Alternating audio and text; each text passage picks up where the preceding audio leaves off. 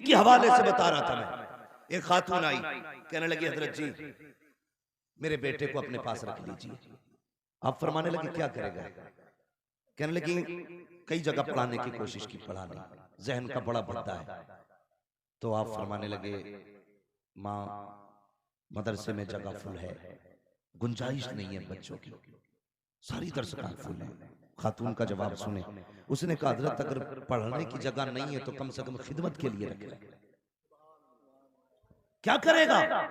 आप काम कराइए जो चाहे। अब सुनना जरा प्यारे, जो उस्ताद की खिदमत पे मुंह मोड़ लिया करते हैं, जो काम को कहते बेटा पढ़ने नहीं भेजा था, बेटा पढ़ने भेजा था काम के लिए नहीं। अल्लाह अकबर। मां ने कहा हजरत जी कुछ ना सही तो मेरा बेटा तेरे दरवाजे पे झाड़ू देता रहेगा। हजरत ने रख लिया उस जवान को। सारे बच्चे पढ़ा करते थे लेकिन इसकी ड्यूटी ये लगाई, आपने फरमाया मेरे भैंसों का चारा तुझे लाना है, जंगल से चारा काट के तू लाएगा, मेरे जानवरों को दाना पानी तू देगा, घर के अंदर काम तू करेगा, झाड़ू लगाना, सफाई करना, जंगल का काम करना, सारा काम ये करते रहे। वक्त बीतता गया, दरसगाह वाले दरसगाहों में बैठे रहे, ये हजरत के जंगलों में काम करते रहे। अब जरा सुनना प्यारे, जब वो वक्त आया कि जिनकी तालीमें मुकम्मल हुई है उनको सनद से नवाजा जाना है, उनके सरों पे पगड़ी बांधी जानी थी। अल्लाह अकबर। हजारों का मजमा था, जुमला आशिकान का मजमा था। आपने देखा जितने भी फारिकीन थे सारे मिंबर पे बैठे हैं, लेकिन ये खिदमत गुजार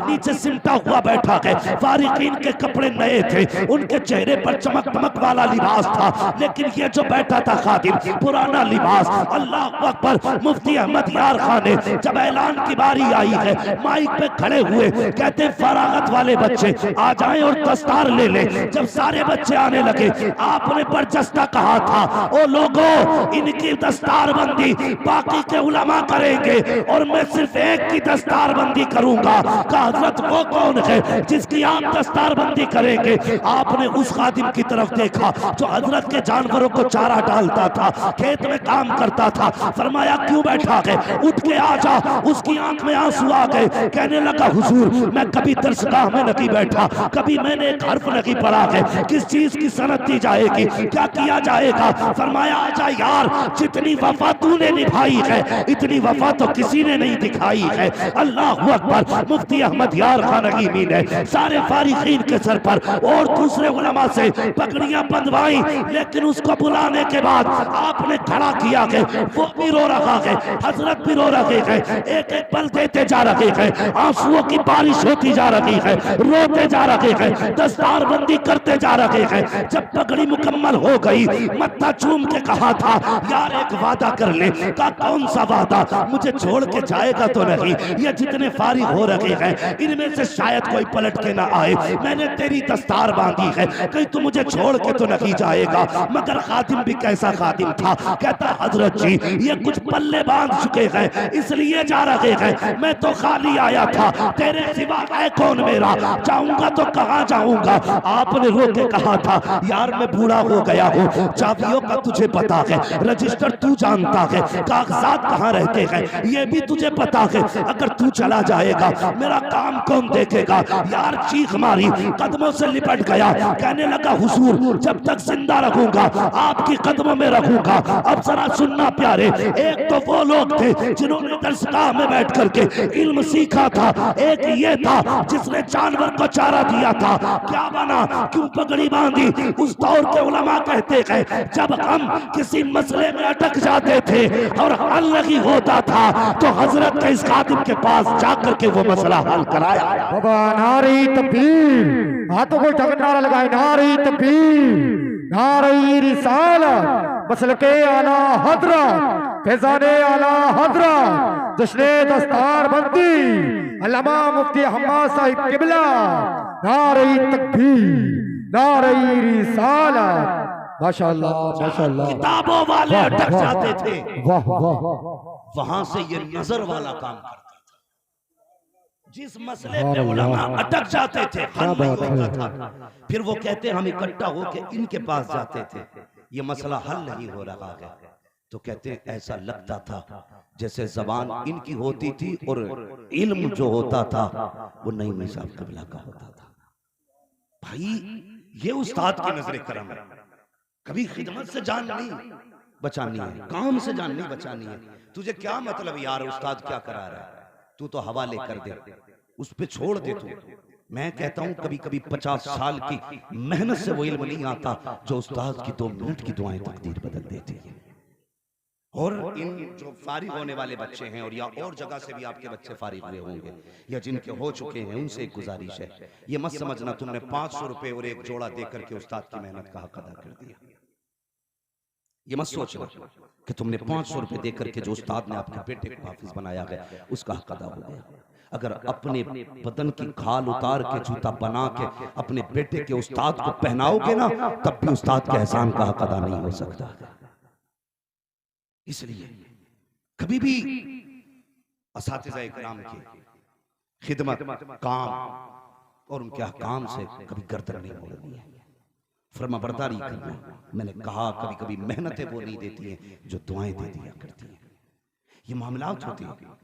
मैंने कहा कि इल्म कभी मेहनत से हासिल नहीं होता, इल्म जो हासिल होता है वो उस्ताद की इनायत से हासिल होता है, उस्ताद की इनायत से हासिल होता है। अल्लाह सलामत रखे। आज तो अल्हम्दुलिल्लाह लड़कियों का इदारा भी कायम कर रखा है। हम लोग ज्यादातर बेटों को ही पढ़ाते हैं, बेटियां पढ़ाने पे ध्यान नहीं। सिर्फ ये सोचते हैं ना यार बेटे को पढ़ा लो यही काम आएगा, यही जनाजा पढ़ाएगा और यही देखो भाई रोटी भी खिलाएगा। बेटियों का क्या पढ़ाना, वो तो पराया धन है, पढ़ेंगी चली जाएंगी। सुन ये बात जरूरी कि बेटियां पराए घर जाती हैं, याद रखना। जो तुम पढ़ाते हो ना उन्हें, जो तुम पढ़ाते हो इसका मतलब ये नहीं कि तुम उनसे सिला लो, अपनी मेहनत का सिला अपने रब से लेना है, अपनी रब से रहमत का मेहनत का सिला लेना है। बेटियों को पढ़ाइए आप, ये सोच के मत छोड़िए कि पराया धन है, क्या फायदा करेगी, पढ़ जाएगी, पढ़ाने की उम्र होगी चली जाएगी, हमें क्या मिला। बेटे पढ़ाएंगे तनख्वाह भी मिलेगी, पैसा भी मिलेगा। नहीं, बेटे अगर दुनिया का सहारा होती है तो बेटियां आखिरत का सहारा होती है। इसलिए मेरी गुजारिश है बेटियों को भी पढ़ाओ, तालीम आम करो। आज जो दुनिया रो रही है ना, हालात खराब है, हालात खराब है, याद रखिए ये उस वक्त तक खराब रहेंगे जब तक बेटियां दुरुस्त नहीं होंगी, जब तक बेटियां दुरुस्त नहीं होंगी। मौलवी पर्दे की बात करें तो कहते रहे इसकी तो पुरानी सोच है। पर्दा तो दिल का होता है, हमने देखा उनकी सबसे पहले भागी जिनके घर में दिल का पर्दा था। ना करो ऐसा, दीन दो, शरीयत सिखाओ बेटियों को। हम समझाएं कि पर्दा करिए तो अपनी बीवी को जाके डांट रहा है सबसे पहले, तो ये पता पर्दा करिए, मौलवी आया था पर्दा करिए, बीवी पे पहाड़ ढा देगा, बेटी से कुछ नहीं कहेगा। जब तक बेटियों को ये तालीम नहीं दी जाएगी उस वक्त तक किसी घर के हालात बेहतर नहीं होंगे। सिर्फ बेटियों को संवारना शुरू कर दो, बहुएं खुद ब खुद बेहतर हो जाएगी। इसलिए कि पहले ये बेटी होती है फिर बहू बनती है, पहले बेटी होती है फिर किसी के घर की इज्जत बनती है। अगर मैं अपनी बेटी को सही तालीम दूंगा तो फिर किसी को परेशान होने की जरूरत नहीं है। जहां मेरी बेटी जाएगी वो घर खुद ब खुद जन्नत बन जाएगा। इसलिए बेटियों को दीन सिखाओ। लेकिन हमारी कौम में मुसीबत आई हुई है, इतना बड़ा मुंह फैला के कह रहा 10 लाख दूंगा, और लड़कियों के रिश्ते जब होते हैं तो पूछा क्या पढ़ा लड़की ने, तो एक सीधा दीनदार आदमी कहता मैंने बेटी को कुरान पढ़ाया है। वो फख्र से कहता कुरान पढ़ाया मैंने बेटी को। तो गधा क्या कहता बस कुरान पढ़ी है, क्यों बीए भी होता। अच्छा, ये ख्यालात जब तक 8-10 डिग्री ना देख लें, हम घर के लिए बहू का इंतखाब ही नहीं करते हैं। भाई सबसे बड़ी डिग्री जिसके पास कुरान की डिग्री है उसके पास सबसे बड़ी डिग्री। तो ये मत दे दिया क्या है, क्या लाया क्या, ये देख दीनदारी है क्या। जिसने दीनदारी देखी अल्लाह उसके घर को दुनिया में जन्नत बना देता, घर में दुनिया में जन्नत बन जाएगी उसकी। लेकिन हम भूखे, नंबर 1 पैसे के, नंबर 2 शोहरत के। ऐसी जगह ससुराल बनानी है ना। हाँ मैं जो बिगाड़ हो वो ससुराल बना ली कि तोप घराने में ससुराल बनानी है ताकि धूम मचे करे फला का दामाद आ रहा। क्यों, अगर बड़े का दामाद हो जाएगा तो तेरे पैर रखने से जमीन पर धमक पैदा हो जाएगी। हाँ, और फिर जो ससुराल वालों ने लट फेरा तो ना दीन कराया ना दुनिया। तो इतनी बड़ी ससुराल ढूंढे अबे बराबर की देख जिसे झेल सके। हाँ, वरना तोप का मुंह तो किधर भी हो सकता है, लड़ने वाले की तरफ भी और मारने वाले की तरफ भी।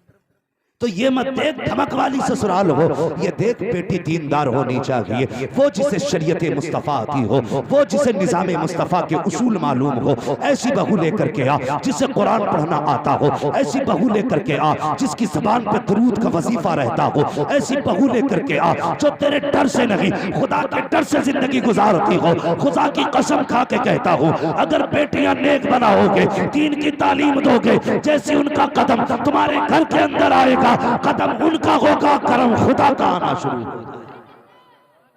हाँ, अब बताओ क्यों बेटियों को आलिम नहीं बनाना चाहता? इसलिए कि हम जो देखते हैं ना, आलिमों को पसंद ही नहीं करते, दीनदार बेटियों को रगबत ही नहीं है। नहीं नहीं, वो कोई करेगा ही नहीं, आलिमा बना के फायदा क्या? नहीं, बनाइए बेटियों को आलिमा। अगर बेटियां नेक होती तो बदले में अल्लाह बेटी के बाप को भी जन्नत अता फरमाता। वो करीम है और उसके यहाँ कोई कमी नहीं है। वो कहता जब लानत देता हूँ तो 7 पुश्तों तक टेढ़े कर देता हूँ, और जब रहमत देता हूँ तो कयामत तक सिलसिला जारी रहता है।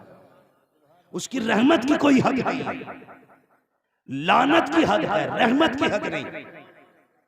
रहमत की हद नहीं, एक पे कर दे रहमत तो फिर कयामत तक चलती है। तुम नहीं देखते लोगों की 7वीं पुश्त में कोई वली पैदा हुआ था, अब तक लोग ठाट के साथ जी रहे हैं। करम एक पे हुआ था, कयामत तक लोग खाते रहे। और तुम्हें पता है लानत एक पे हुई थी, नस्ल ही मिटा डाली। यजीद पे लानत बरसी, नाम ही मिट गया। हाँ, मसला ही खत्म कर दिया उसने। तो रहमतों को कोई हद नहीं है, उसकी कोई हद नहीं है रहमतों की। बेटियों को आलिमा बना हुआ, और बेटी मैं मुबारकबाद पेश करता हूं, अल्लाह ने जिन्हें बेटे दिए उनसे भी इनकार नहीं, लेकिन बेटियां भी रब की बहुत बड़ी रहमत होती है। बेटियां रहमत होती हैं। अभी कुछ दिन पहले की बात है, और बच्ची ने बताया कि हज़रत मैं जब कुरान लेके बैठती हूँ ना, तो मुझे ऐसा लगता है कि कुरान के सफ़ों में मेरे बाप का चेहरा है। मैंने कहा फिर? कहती जब भी कुरान पढ़ती हूँ ना, हाथ उठाती हूँ तो मैं हर रोज अपने बाप के लिए दुआएं मग़फ़िरत करती हूँ। मैं मर्द हूं एक, मैं अपनी फितरत समझता हूं, आप भी अपनी फितरत समझते हैं। हम लोग कितने अपने बाप दादा के लिए साले सवाब करते हैं? कितना करते हैं हम लोग? बहुत कम। लेकिन बेटियों का बड़ा अजीब रिश्ता होता है। जब जब कुरान खोलती हैं तब तब अपने बाप के लिए दुआ करती हैं। इसलिए बेटियों को जरूर पढ़ाना। बेटों को पढ़ाओ मर्जी है, लेकिन बेटियों को जरूर पढ़ाना, ताकि कल तेरी कब्र पे कोई फातिहा पढ़ने वाला ना होना तो हाथ उठा के दुआ करने वाली तेरी बेटी मौजूद होनी चाहिए। दीन सिखाओ बेटियों को। और बेटियों का रिश्ता ही अजीब होता है, बहुत बड़ा रिश्ता बेटी का होता है। अल्लाह सलामत रखे जिनकी बेटियां हैं, अल्लाह उनके नसीब अच्छे करे। लेकिन बेटियों वालों से गुजारिश है, बेटियों से रिश्ते तोड़ना मत, इनसे ताल्लुकात खत्म मत करना। ये जो आपने हदीस सुनी है ना बार बार, जिसे खुदा ने 3 बेटियां दी, उसने परवरिश की इज्जत से रुखसत कर दिया, वो जन्नती है। ये फजीलत सिर्फ बेटी वाले के लिए नहीं, भाई भी सुना है, ये फजीलत बहनों के भाइयों के लिए भी ये फजीलत है। अगर आपके जिम्मे बहनों की जिम्मेदारी आती है तो आप ये ना समझें कि ये फजीलत सिर्फ आपके लिए थी। आप उनकी खिदमत करेंगे, अल्लाह आपको भी वही अजर अता फरमाएगा। इसलिए रिश्तों की कदर करें, रिश्तों की कदर करें। मेरे हुजूर की बेटी, आप पूरी तारीख पढ़ डालिए, बड़े बड़े दुश्मनों में हजरत अबू सुफियान का नाम आता है, जो बहुत बहुत बड़े दुश्मन हुजूर के हुए। उनमें एक नाम हजरत अबू सुफियान का भी आता है। लेकिन ये भी सुने आप, बड़े बड़े जो हुजूर के दुश्मन थे उनमें से सिर्फ हजरत अबू सुफियान को ईमान की दौलत मिली, बाकी नहीं मिली किसी को। अबू जहल, उतबा, शैबा, ये बड़े बड़े जो थे किसी को नहीं मिली, सिर्फ अबू सुफियान ही को ईमान की दौलत मिली। क्यों मिली? इसके बारे में मुफस्सिरीन ने बड़ी प्यारी बात कही है, गौर से सुनना, ईमान ताजा होगा। फरमाते हैं सिर्फ अबू सुफियान को इस ईमान की दौलत मिलने की वजह यह थी कि एक दिन हुजूर की शहजादी लाडली हजरत फातिमा ज़हरा किसी गली से गुजर के आ रही थी। रास्ते में अबू जहल खड़ा था, उसने न देखा हजरत फातिमा को और देख के ना बड़बड़ाने लगा।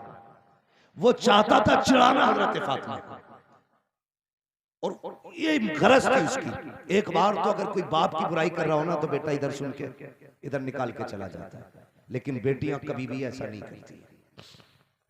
और तो और उसके लिए सबसे बड़ी दौलत शोहर है उसका, वो उससे गोली चला ले। बाप के लिए अपने शोहर से औरत लड़ जाया करती है, शोहर से। बाप इतनी बड़ी चीज है बेटी के लिए। हजरत फातिमा जब गुजर के आई, अबू जहल ने कुछ कहा, आप कहने लगी क्या कहा तूने? उसने कहा कि तेरा बाप झूठा है। इतना सुनना था, सैयदा के चेहरे पे जलाल आया, गुस्से में फरमाने लगी, जालिम बस कर, मेरा बाप सच्चा है, खुदा ने मेरे बाप को सच्चा बनाया, तू झूठा है। जैसे इतना कहा अबू जहल ने हजरत फातिमा के तमाचा मारा। जब तमाचा मारा, रोती हुई घर तशरीफ लाई है। जैसी घर आई है, मेरे नबी ने बेटी को रोते हुए देखा, जमीन पे बैठे खुद भी रोती है, सीने से लगाया, फरमाया फातिमा क्या हुआ? पूरी बात बताई, हुजूर को जलाल आया। फरमाया जाओ अबू सुफियान को जाकर के बता दो, अबू सुफियान को जाकर के खबर कर दो, उनसे जाके कहो कि जाके अभी बात करें, वरना आज तक मैंने किसी के लिए बद्दुआ नहीं की है। आज अगर वो नहीं माना तो मैं बद्दुआ कर डालूंगा।